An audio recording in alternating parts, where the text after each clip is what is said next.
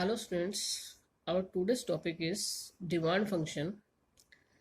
Demand function shows the functional relationship between demand for a commodity and its various determinants.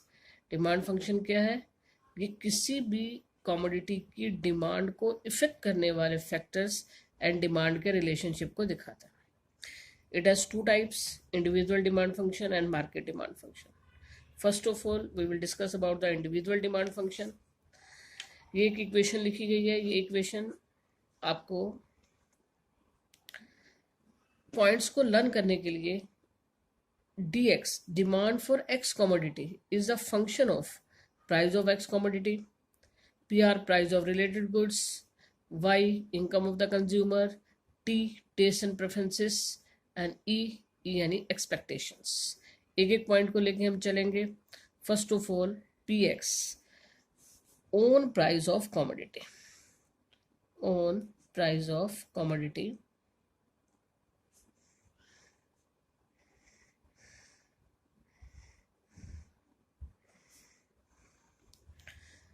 when price of a commodity rises, then demand falls down, demand contracts. When price rises,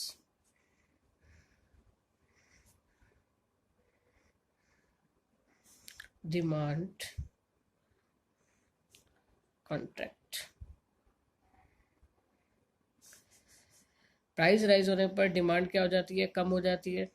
and vice versa, यानी price fall होगा तो demand क्या होगी? उसमें extension. और यही हमारा क्या है? लॉ ऑफ डिमांड भी है. इसे लॉ ऑफ डिमांड भी कहा जाता है. इस इनवर्स रिलेशनशिप को हम लॉ ऑफ डिमांड भी कहते हैं. When price rises, demand contract and vice versa.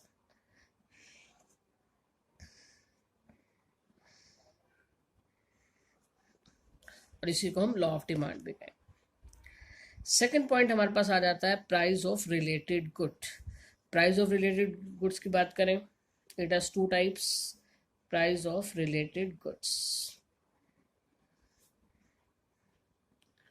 it has two types. First one is the substitute goods.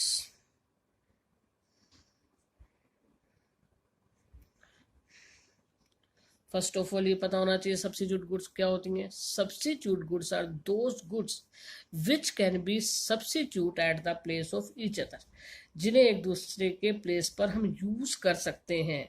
Which can be substitute, which can be substitute at the place of each other.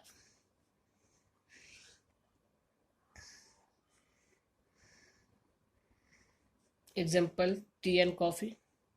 Tea and coffee are the substitutes. इन्हें हम एक दूसरे के place पर use कर सकते हैं. Ink pen and ball pen, these are the substitutes. Ink pen and ball pen, these are the substitutes. When price of one rises, then demand for another good. यहां पर पॉजिटिव रिलेशनशिप आएगा. when price of tea rises, you can substitute coffee at the place of tea. यानी जब T का price rise हो गया तो आप कॉफी को ज्यादा यूज कर सकते हैं. then demand for coffee rises. so positive relationship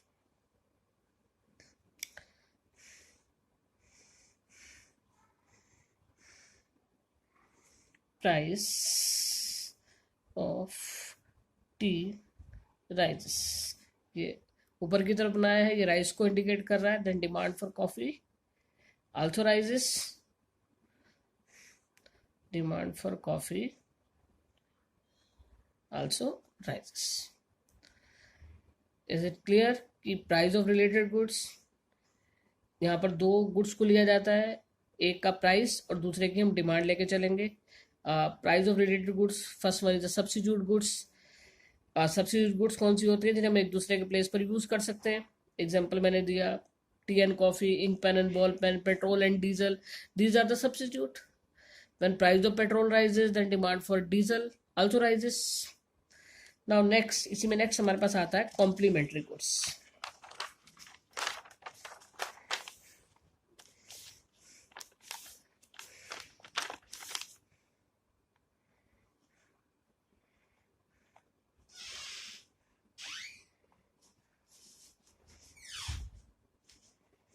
complementary goods are those goods which can jointly satisfy our needs. जो jointly हमारी need को satisfy करे, that are considered as the complementary goods. For example, car and petrol, these are jointly demanded goods which jointly satisfy our need.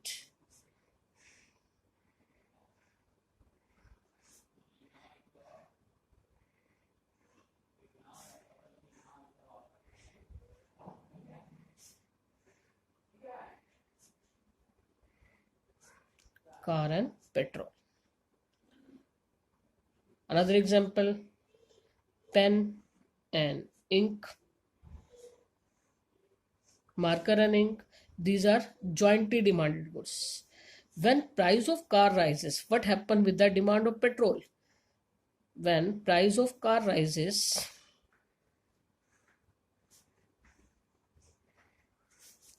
demand for petrol falls down.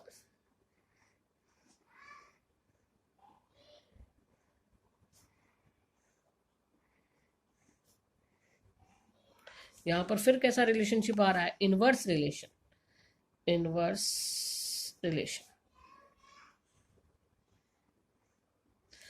Car का price rise होगा, car की demand fall होगी, लेकिन हमें यहाँ पर लिखना नहीं है कार की डिमांड फॉल होगी, क्योंकि वो हमने फर्स्ट पॉइंट के अंदर डिस्कस किया own price of the commodity. यहाँ जस्ट हम डिस्कस करने जा रहे हैं प्राइस ऑफ वन कमोडिटी के अंदर डिमांड ऑफ अनदर कमोडिटी. तो प्राइस यहाँ पर कार का राइज होगा तो ऑटोमेटिकली पेट्रोल की डिमांड जो क्या हो जाएगी, वो फॉल हो जाएगी. तो यहाँ पर कॉम्प्लीमेंट्री गुड्स के अंदर भी रिलेशनशिप कैसा रहेगा? इनवर्स रिलेशन रहेगा. जबकि सब्स्टिट्यूट गुड्स के अंदर रिलेशन कैसा था? पॉजिटिव रिलेशन था. Now next point, income of the consumer.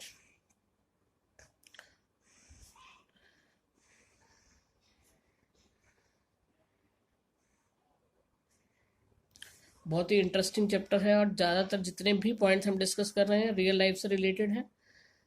Carefully इन्हें आप समझेंगे. Income of the consumer, change in the income of the consumer, ये भी इफेक्ट करता है डिमांड के ऊपर. यहाँ पर हम दो तरह की गुड्स लेके चल रहे हैं. First one is the normal goods जिन्हें हम रूटीन में यूज करते हैं, चाहे आपके ड्रेसेस हैं, चाहे आपके फुटवियर हैं, या कुछ भी जो भी नॉर्मल गुड्स की हम बात कर रहे हैं. When income rises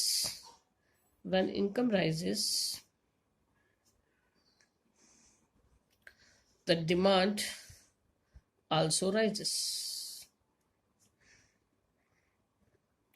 and vice versa. जब इनकम फॉल होगी तो डिमांड भी हमारी नॉर्मल गुड्स की क्या हो जाएगी? फॉल हो जाएगी. जब इनकम बढ़ती है तो अब ज़्यादा शॉपिंग करते हैं, ज़्यादा ड्रेसेस परचेज करते हैं, ज़्यादा फुटवेयर परचेज करते हैं, दूसरी चीज़ों को भी ज़्यादा परचेज करते हैं. पर जब इनकम कम हो जाती है तो ऑटोमेटिकली हमारी डिमांड भी क्या हो जाती है? कम हो जाती है.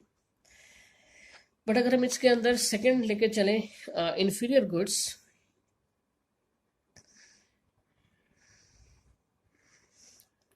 गुड्स, थोड़ी सी घटिया क्वालिटी की चीजें, just like coarse grain, course cloth, ये थोड़ा घटिया क्वालिटी के प्रोडक्ट्स होते हैं. कोर्स क्लोथ, जिस तरह से आप लोग वीट को यूज करते हैं, राइस को यूज करते हैं, तो बाजरा को यहाँ पर हम क्या कंसीडर करेंगे? यहाँ पर हम कोर्स ग्रेन कंसीडर करेंगे. तो जो कोर्स ग्रेन है, कोर्स क्लोथ है, these are the inferior goods. Then when income rises,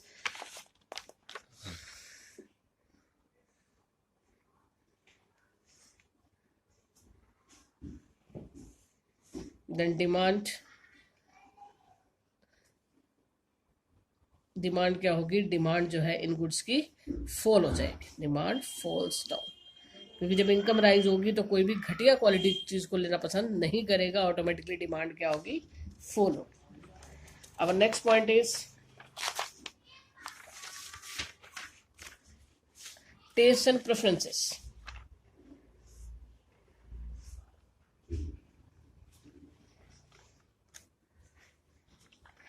test and preferences इस टर्म को हम काफी ब्रॉडली यूज करेंगे.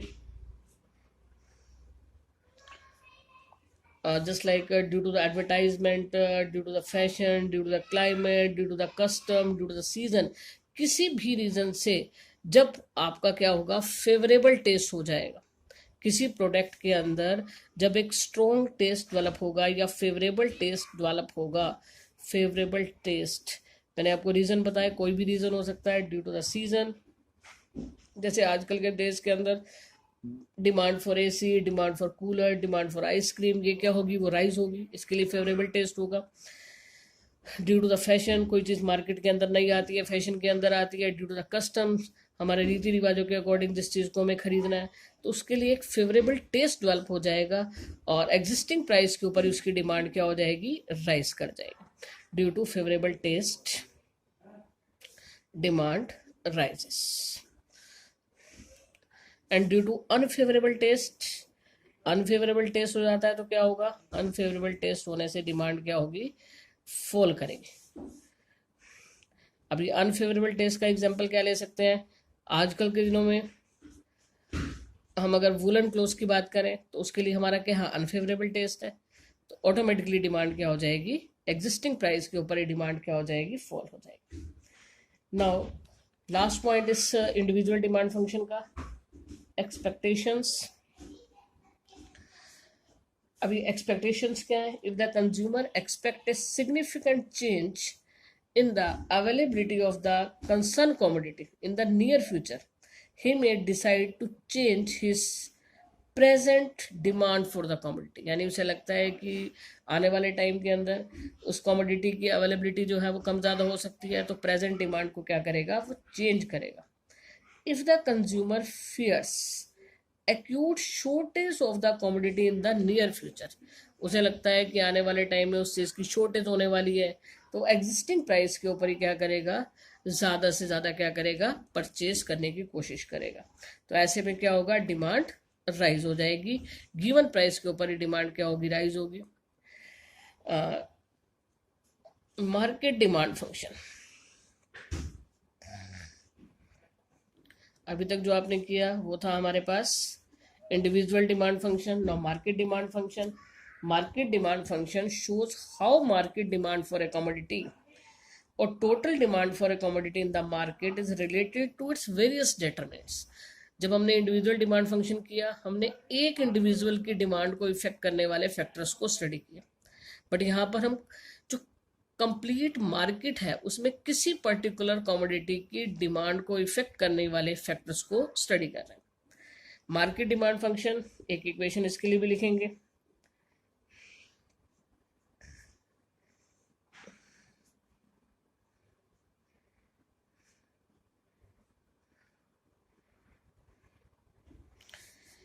ये जो हमारे स्टार्टिंग के 5 हैं, ये हमने इंडिविजुअल डिमांड फंक्शन के अंदर ही स्टडी कर लिए, इन्हें दोबारा से नहीं करना। अभी हमारे पास सिर्फ 2 ही पॉइंट रह जाते हैं। फर्स्ट एन, इसके लिए है हमारे पास पॉपुलेशन, पॉपुलेशन कह सकते हैं, या फिर हम कह सकते हैं साइज और number of the buyers, size और नंबर ऑफ बायर्स। तो हमारा पॉइंट क्या हो गया, पॉपुलेशन।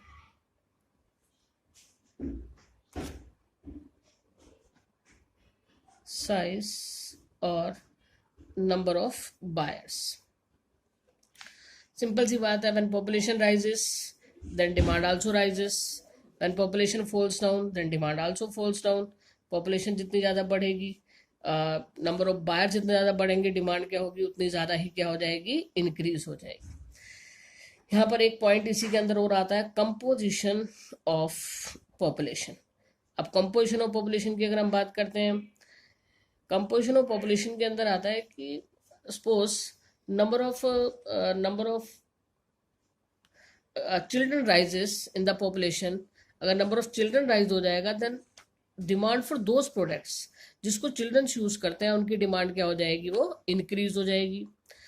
सपोज हम कहते हैं कि चिल्ड्रन का नंबर इंक्रीज होता है तो टॉयज की डिमांड इंक्रीज हो जाएगी। Number of female rises then demand for those products जिन्हें फीमेल यूज करती हैं उनकी डिमांड इंक्रीज हो जाएगी। And last point, distribution of income. Distribution of income की अगर हम बात करते हैं, इन केस डिमांड इनकम जो है हमारी इक्वली डिस्ट्रीब्यूटेड है then demand rises. Equal distribution होगा तो डिमांड क्या होगी, राइज होगी। Distribution then demand for normal good rises. Demand for normal goods rises.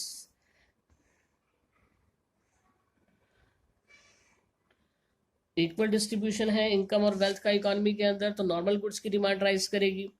और if there is unequal distribution है, richer tend to be richer and poor tend to be poor. Unequal distribution के case में दो तरह की goods की demand जो है वो राइज होगी. यानी जो रिचर पर्सन है वो कौन सी गुड्स को परचेज करना चाहेंगे? लग्जरियस गुड्स की डिमांड जो होगी वो इंक्रीज हो जाएगी. और जो पुअर पर्सन है वो क्या करेंगे? वो इन्फीरियर गुड्स को क्या करेंगे? परचेज करेंगे. Then demand for inferior goods rises. तो सिंपली लास्ट पॉइंट को रिपीट करते हैं. If there is equal distribution of income and wealth in the economy, then demand for normal goods rises. But if there is unequal distribution, richer tend to be richer and poor tend to be poor. In that case, richer section जाएगा luxurious items की तरफ, just like expensive car, AC, etc. तो उनकी demand rise होगी. और poor section जो है वो हमारा इन्फीरियर गुड्स की तरफ फोकस करेगा, यानी घटिया क्वालिटी की चीज़ों को लेकर अपनी डिमांड पूरी करेगा. तो इन्फीरियर गुड्स की डिमांड भी क्या होगी? राइज होगी. अब जब आज का टॉपिक यहीं कंप्लीट होता है. आप इस टॉपिक के नोट्स बनाएं और साथ साथ लर्न करना भी स्टार्ट करना.